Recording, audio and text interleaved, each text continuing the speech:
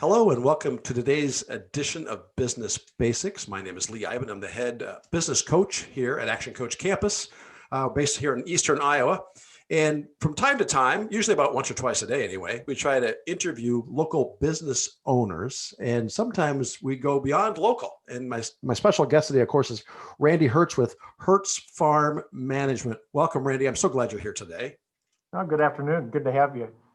Yeah, it's great that we can share our story together because, when people think small business and startups, they typically think retail or other service providers, but you have a unique business model. Can you tell us more about that? Sure, and we certainly have a niche, and we work with farmland owners. And our group, our farmland professionals, we have farmland professionals that specialize in the professional farm management of land. We manage a lot of farms all through the Midwest.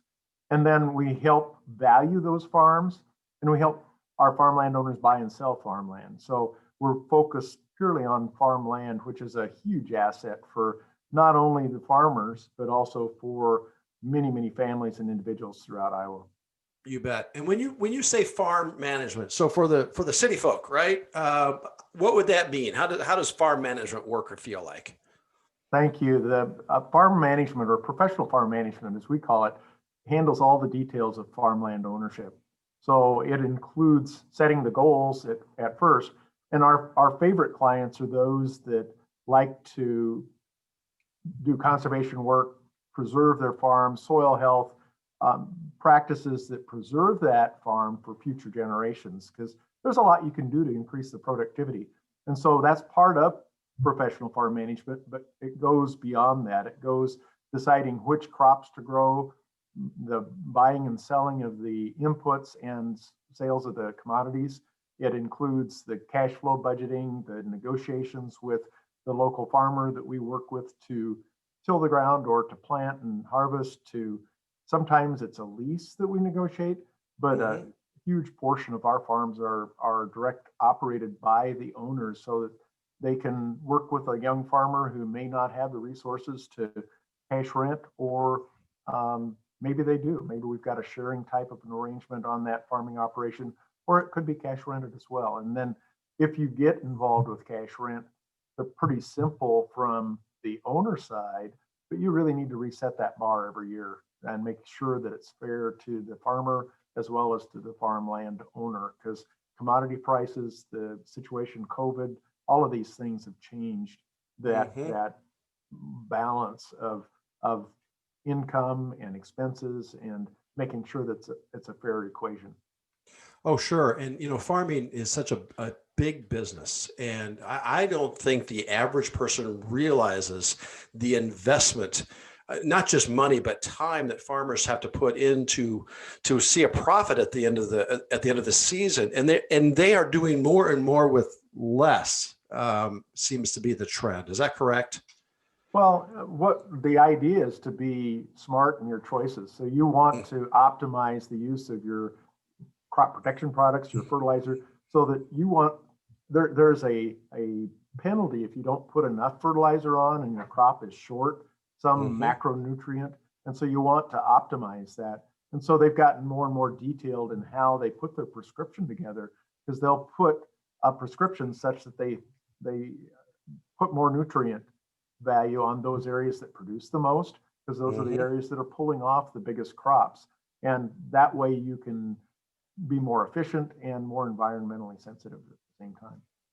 Do you help them not just with plant growth, but do you also help like the dairy farmers as well, Randy? We manage amazingly a number of livestock farms, but just a fraction of what we do crop farms.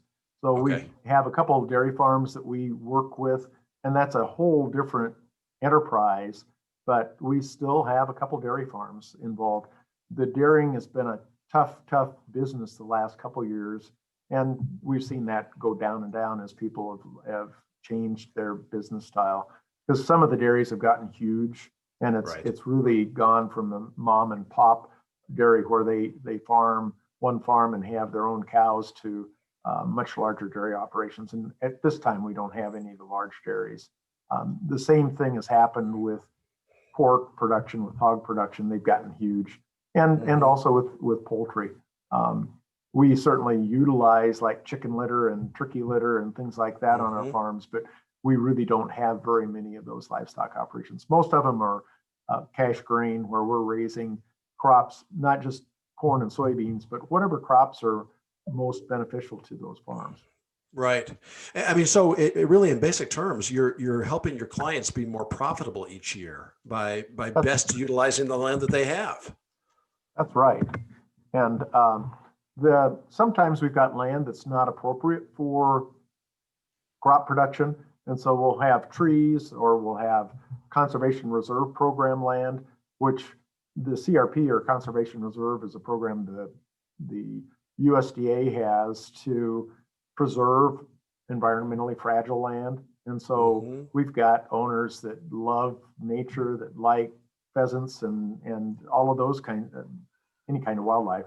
And that CRP land is very appropriate for those recreational owners who want some area to stomp on that is not intensive row crop production. Yeah, it's a lot more than just buying an acreage, right? Buying 100 acres and farming it. I mean, there are rules to be followed and laws to be followed. You need to know what you're doing. And the better informed you are, the competitive advantage you have, and the better choices you can make. And each year is a little bit different, but you do need to know what the rules are. You do need to know what opportunities are there, because we've had the chance to grow some contract production for like seed corn or seed beans or specialty crops. We've grown white corn and food grade soybeans and some things like that certainly offer opportunities, but they're more work because you got to clean out your harvesting equipment. You got to clean out your conveyors and augers to make sure you don't cross-contaminate that. We've even got a number of organic operations, and again, making sure that you do not cross-contaminate and making sure that those are, you follow the rules. And talk about rules, you have to have them certified, and we meet with the certifier, and they have to approve every crop protection product that you use to make sure that it's on the organic list. Yeah, so you guys you really are the farmer's right-hand man. I mean, you're with them every step of the way to make sure that they're doing things by the book and profitably. And I mean, we're blessed to work with some of the best farmers in the world. One of our competitive advantages is to work with a great farm operator who makes it look easy, even though he's working his hiney off. He really makes it look easy, and it makes it much better for our clients, because those top operators are much better than you anticipate, and they do conservation. They make sure the weeds are controlled. They make sure that it's very timely, and there's 10,000 little decisions to make, and as long as you do the right things, you'll be more successful. And you've been doing this for a few years now, Randy. Yeah, you're second generation. Dad started. I am second generation. Yes.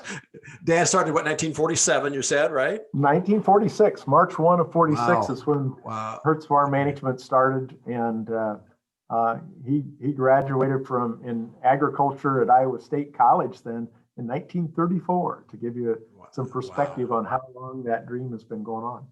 That's amazing. So what are the trends that you've seen, that there's some of the changes that you've seen in the farming operations over the years? Where have we been, and where's Iowa and the Midwest going toward farming? Oh, great question as to where Iowa's going. Iowa has some of the best land in the world. I've taught farmland brokerage and land brokerage all across the country in 30 some states and internationally. And our farm operators and farmland owners don't really realize how good they have it here, because they consider a crop failure to be 180 bushel corn, whereas in other areas, if they raise 150 bushel corn, it's a bumper crop for them. And we pushed that yield up to well over 200 bushel on a lot of operations, which is phenomenal. And soybeans, we've got a client that was just giddy. He got 80 bushel soybeans, and that, who would have ever thought we'd be at those kinds of production levels? Now, on average, the USA average is 50 bushel or 40 some bushel, but the difference between the best and the average is significant. Yeah. But that's been one thing, to see the productivity go up. The other thing is the labor content. it used to be a very young person oriented, very labor intensive role as a farm operator. And now Hmm. you're more of a, you have to orchestrate it and make sure things are going right. The amount of labor included in 1 acre of corn production now is one hour per year per acre. Really? That's how productive our farmers have become. And so then you've got the balance between what's the land worth versus what's the farm operator labor and machinery worth, and that continually balances out. So you need to make sure that that's in equilibrium. Right. Now, we have seen a trend a little bit on farm harvesting. There are companies out there that will actually do the harvesting for some of the farmers. I know down in the Riverside Hills area, there's some big operations around. Is that a growing trend as well? Well, it is in certain areas. We hire some part-time help during the fall during harvest because that's a busy time from Iowa Right. State. And some of our best workers have gone on the wheat run, and I'm sure Yeah. you're aware of what the wheat run is. And in the wheat country, typically a farmer does not own their own harvesting equipment. But in Iowa, typically they do own their own harvesting equipment because they want to control that. They want to make sure that things are adjusted exactly right, and they fuss with that. But does that really make sense to own your own harvesting equipment to be used for 3 weeks or 4 weeks out of the year? And so there certainly are some people who are Uh-huh. subletting that, but yet we have a bias for our farm operators to do their own work so that they're doing their own spraying, because you can hire the co-op or somebody that's got a 18-year-old running the highboy, or you can hire a farm operator who really cares and wants to get that precise to do your spraying for you. And spraying's a mission critical job. You want to make sure you are using the right product on the right field, on the right uh, water, the right pressure, the right nozzle. All of those things matter. And it matters even more now that you've got traded seed that is resistant to certain herbicides. Because if you've got a seed that's not traded for that herbicide and it gets misapplied, not only do you have a little bit of damage, it'll kill the crop. And Right. so you want to make sure that that's precise. Yeah, exactly. Well, you certainly you have a demand for your services, and that is shown by the growth that you experienced by the number of offices. What is it that you, from a business standpoint, look at when we talk about scalability, when you're considering adding another offices? What are some of those key factors you look for before you open another office? Well, and we like to locate our offices in our farms that we work with in the higher quality areas. So Hmm. we're looking at an area that has high quality soils, and you can look at productivity of soils. We've expanded into Nebraska and have a couple of offices out there, and they have the advantage of irrigation. And you can Hmm. take a farm that has grade B or C soils that it's a little bit sandy or lighter textured and dryland wise would not be very productive. You add that secret ingredient of water and Uh-huh. they have phenomenal yields on some of that land. And so that's been a fun area to get involved with. Um, but we like to look at areas that have good farming practices, good farm operators, and good soils as to where we'll expand into. And there's a lot of areas that we're not in that are, but Right. that's been the reason we've expanded in the areas we have in Iowa, in Nebraska, in Illinois, why we're into parts of Indiana, and we are just adding an office here on January 1 in Minnesota. And so that's a really nice group of farms. And we can't go in with an empty box. We certainly need a number of farms to work with because Right. um, you want to make sure that our team is fully employed and has plenty of work. And so we have the chance of working with a succession plan for a farm management business is how we're moving into Minnesota.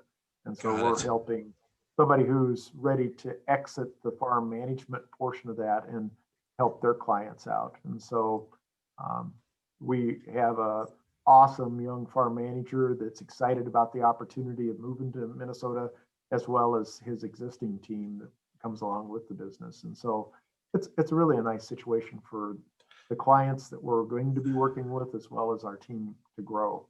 But it's a win-win for everybody. I mean, when you got a nice succession plan in that, the previous farm manager that's looking to exit the area, the space, you guys can come in and kind of take over the keys to the kingdom, so to speak, and really help out.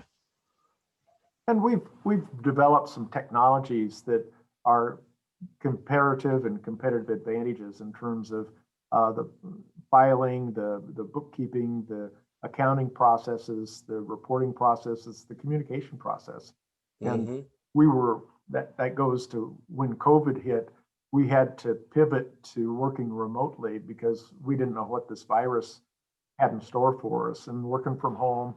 We're luckily, farming and agriculture is an essential business, so we didn't have to close the door, and we did get all of our crops planted in a timely manner, and we kept our operators safe, although there's been certainly some infection, but it usually comes from their wife who went to town or has a job at school, or that social event that occurred that they weren't quite as socially distanced as you would have liked. And so we've, knock on wood, been very lucky to not have much of a problem at work. And our offices are not shoulder to shoulder. We've certainly got space to work around here too. Although we've got some concerns. We got some of our accounting people who really had a difficult time working from home. And so we split up that team just to keep them safe and more socially distanced. You bet. And that's I would imagine a challenge. You need to be very effective on your communication with a team of 70 plus people scattered throughout the Midwest. What's your secret for that? How do you keep everybody on the same page? Well, that's a great question. And the internet's become more and more important. And so we've developed a network utilizing the internet with what I call unified communications. So now we've moved to what they call voice over IP. So our phone lines are all connected to the internet. That same internet connection does, like we're talking right now, over a video chat. And that is a very effective way to communicate with our clients. Fortunately or unfortunately, there are multiple platforms for video chatting, but they all work as long as you've got great internet access. And then our clients range in age from like the late 20s or in their 20s to high 90s. And so it's important for us to communicate with our clients the way they like to be communicated with. And you bet. There's a real bias toward the young people for going to social media to communicate. They don't even know what a landline is or a phone line. It's all mobile communication with, or a rotary dial for that matter. that's rotary dial and dinosaurs are in the same class because they don't know either one. But that's so true. Yeah, and they like to text. So if you're in your 20s or younger, they text. They don't even answer their emails. And who would ever answer the phone? And then they don't see their voicemails. But it's, again, you got to communicate the way they like to be communicated with. Whereas some of our clients still like a real hard letter, and some like to use electronic attachments, and some would like a portal so that they can just log in at their pleasure and utilize that. And the whole financial services business is being morphed because our local bank here closed down their ATM. You cannot deposit a check with the ATM. They say, get the app. And they want you to image that check and deposit it remotely from your living room or wherever you do your computing at home. It's just changed. It's amazing. Yeah, it's we can look at it two ways, right, Randy? It can be a pain, or we can embrace it and say, let's embrace the new technology. Yeah, there's no status quo. You're either growing and getting better, or you're on the downhill slide. That's right. So true. So true. Well, so give me a bit of advice that we can share with business owners. What's the one thing you've seen some changes over the years? What's the one takeaway nugget that you've seen as a business owner? Well, there's a couple things. One thing is to listen and get the facts. We work with clients, and it's important to understand what their priorities are. And you've got different personality profiles. Some are much more communicative than others, but to uncover what's important to them, what do they value. Is it income, or is it the soft side of things, the conservation practices, the succession plan, the training up the new generation? Or on a number of farms that I've managed, I started young farmers farming, and that's important to some of our owners. They love to get the next generation started farming, but that's tough because you work with a young farmer, they don't have a land base, they're just getting started, and oftentimes it works best if they've got an existing farm operation that they can work with, that has the equipment, that has the technology, that they can then do one of those swaps. They've got labor and they can swap that for technology and machinery and really make that work, and get them started to where they can build up some net worth and own their own machinery and get started on their own, which is huge. Yeah, I think it's rare, isn't it, that you don't just jump into farming. I've got a friend who owns a men's clothing store, and he said people don't do this anymore. I said, well, why is that, Bob? And he said, because you have to buy all your inventory up front, all the suits in the store he owns, and that financial investment is more than most people can afford to do. Oh, it's expensive, and so where do you get that nest egg in which to get started? And you look at farming. Typically, a farmer will not buy all the land that they need to farm to get started with because it's just so expensive. And they'll work with one of our clients or with someone who owns land that needs a great farmer to farm that land for them. And so that's where we have a strategic alliance with our farmers. We provide the land, they provide the machinery and labor and their expertise to really make it happen. Yeah, it is definitely a meld of resources and bringing the right people together in the right circumstances. And that's why your services are so valuable to farmers. And getting the valuation right too. We do a ton of valuations for farmland owners because when they need to make a decision, whether it's to buy or sell or split up the family farm, they need to get that valuation right. And it's a moving target. You can see, and not every farm is valued the same. Right. Oh yeah. The location, soil content. I mean, there are so many variables that go into it. We had one client who was told by her husband that the farm is worth $3,000 an acre, and she had that branded into her mind. So her husband died, and she wanted to sell the farm. So she offered it to her tenant for $3,000 an acre. Well, he said, "Oh gosh, I can't afford that. I'll give you $2,500 an acre." Well, she didn't want to sell it for less than $3,000, so she came to us and said, "Do you think you could find somebody else to get that?" And so we did a valuation. The farm's really worth $4,500 an acre. And so you had two pools that had met there. She really didn't know what it was worth. He didn't either. He was trying to pull a fast one, or he just didn't have the resources for that. And we were successful in helping her sell that for 50% more than what she anticipated getting for that farm. Yes. And then that just provided her a more comfortable retirement and some resources so she could enjoy her latter years in life. And it was huge for her. You better believe it. And that's why we seek the advice of experts, people that work in this every single day. Because farmers, they're so busy doing other things. They don't have time to value the property. I mean, the last time it was valued might have been 45 years ago. Who knows, right? Well, lots changed in 45 years, as Yes. you well know. Yes. Lots have changed in the last 5 years and 10 years. But no kidding. Farmers certainly take heed of what farmland is selling in the neighborhood because so little of it sells each year. It's just a couple percent per year that will change hands. And so it's a big deal when a farm sells. You better believe it. We're not creating any more land, right? It's just we're not getting any more. Hawaii, maybe they're having volcanic action out there, but that's about it. Yeah, a lot different than Iowa. No kidding.